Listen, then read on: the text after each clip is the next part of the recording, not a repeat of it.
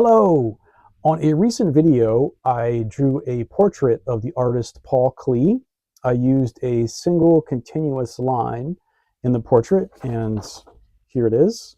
I'm missing that ear over there, his left ear, I guess. Um, I was inspired by his quotes that apparently he said, "A drawing is simply a line going for a walk," which I thought was pretty neat. And so I used that as inspiration for the single continuous line portrait of him. Well, after that, I watched some videos about another artist, the Japanese artist Yayoi Kusama. And I was inspired to say, hey, what if I make a portrait of her using dots?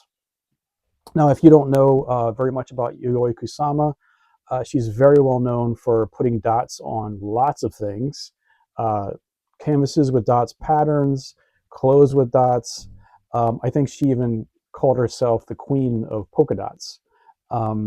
She's also well known for pumpkins, soft sculptures, infinity mirror rooms, and kind of quote unquote happenings back in the 60s. She's still alive. I looked her up this morning on Wikipedia, you know, the font of all knowledge. And she's 96, and she still lives in Tokyo, in Japan.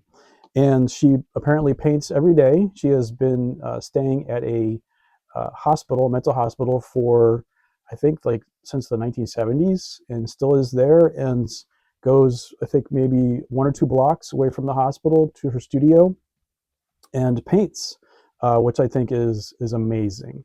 So let's get to it. I'm using a reference photo that I found online, and I'm going to use that reference photo in the drawing today. And yes, I know I'll be able to reference here, and I'll try to not avoid looking at the camera too much, but I'm going to start with her eyes in the middle here, and the nose here.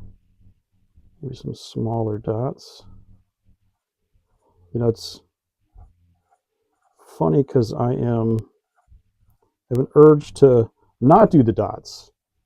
I'm certainly not used to making a drawing with just circles, but that's what I'm doing today.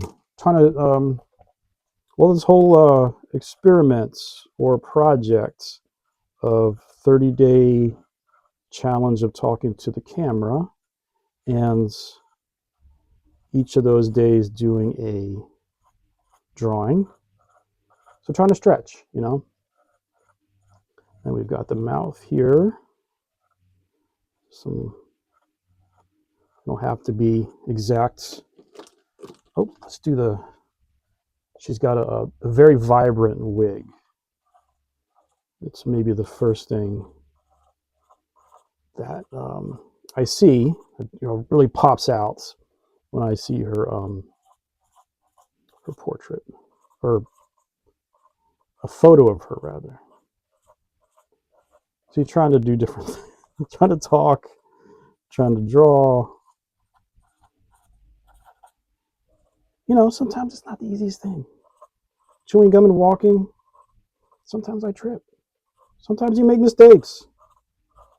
So I'm going to draw her wig here, just the outside of it. Border goes pretty low. Actually, let's skip that for a second and draw jawline and chin.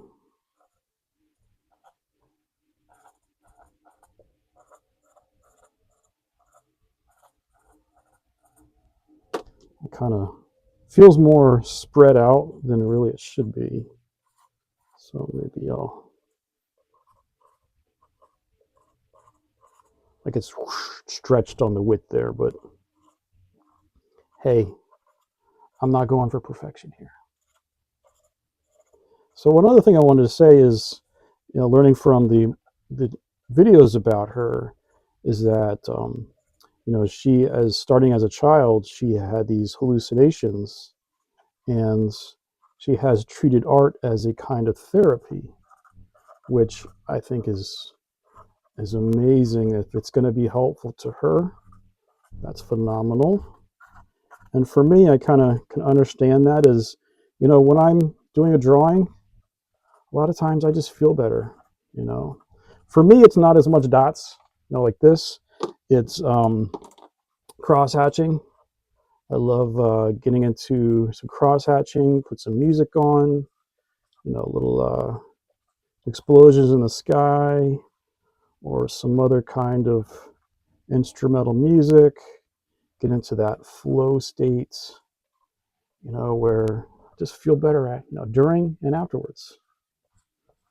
You know, it's funny, I mentioned about logical lines, and I feel like I've gotten into, or in some of these cases, I am just doing a series of logical lines, but, you know, had to break that up too.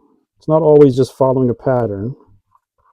It's doing some randomness in here, having fun with the randomness and seeing what happens afterwards. Well, I'm not going to fill all this in entirely, but you get the idea.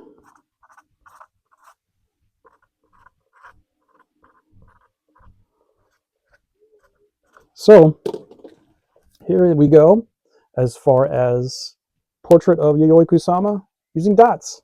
All right, thanks for watching, and I hope you have a great day.